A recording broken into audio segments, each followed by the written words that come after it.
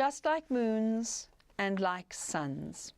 So she's referring to the moon and the sun, and then another aspect of nature, which is the tides.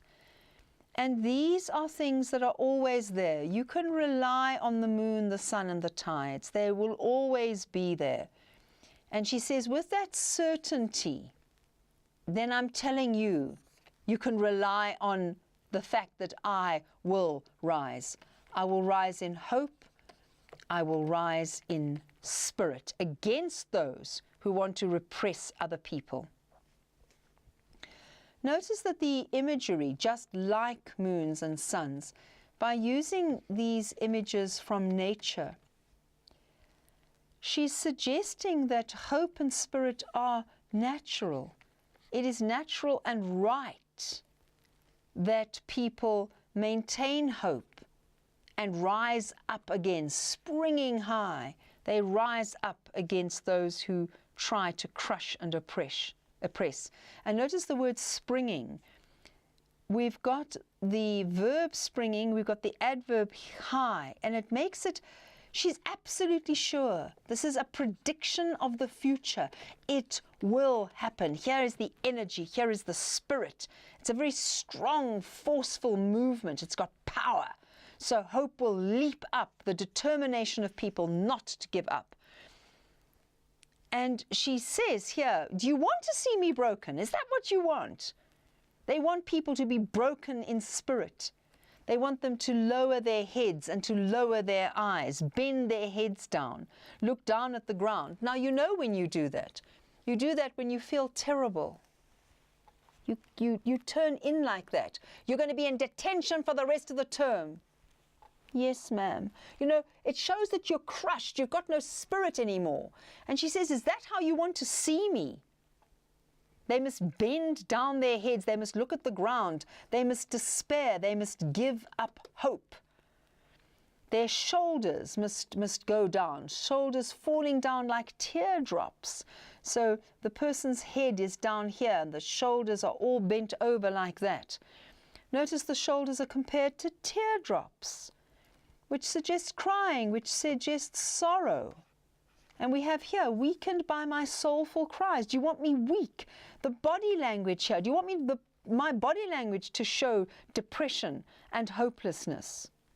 And then she says, very similar to the question which we saw in stanza 2, does my haughtiness offend you? If you are haughty, you are very proud. It's often used in quite a negative way in English. But she says, powerful people don't want other people to be proud. Don't want other people to laugh with confidence, as if they had gold mines in their backyards. So I don't think that she is suggesting that the oppressed are actually haughty. So haughty is when you turn your nose up and you look down at people. Oh, you are so low. You are so beneath me. That's haughty.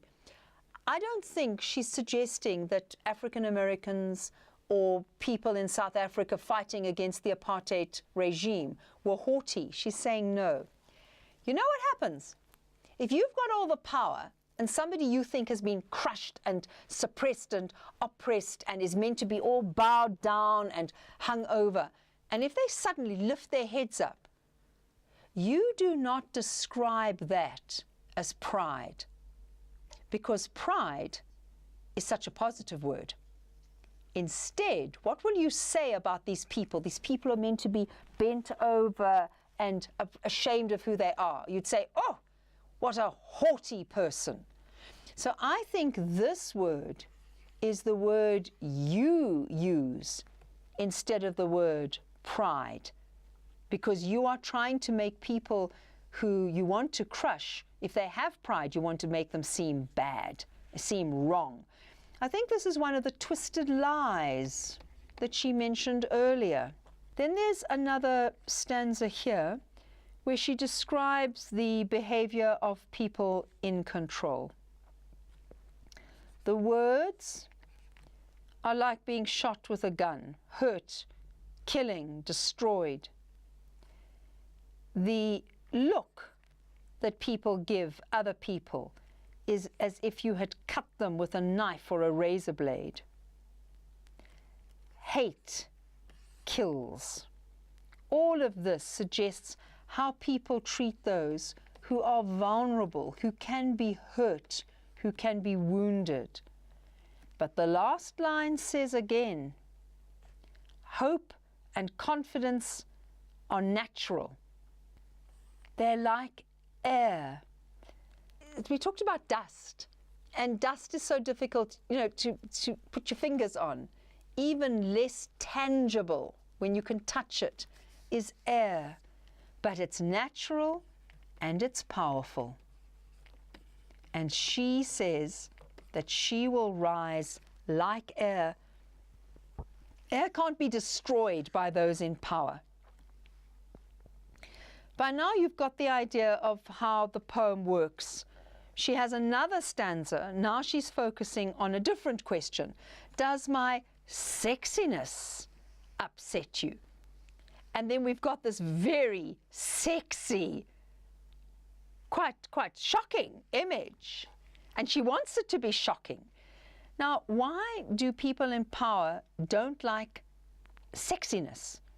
Because this is a symbol of life and creativity and confidence.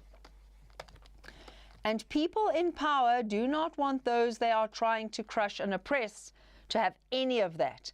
Sexiness is a natural force for life, for energy, for growth.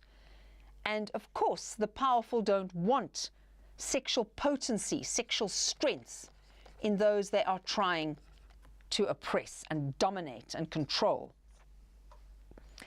But she says that those who apparently are helpless and hopeless are not as helpless and hopeless as you might think.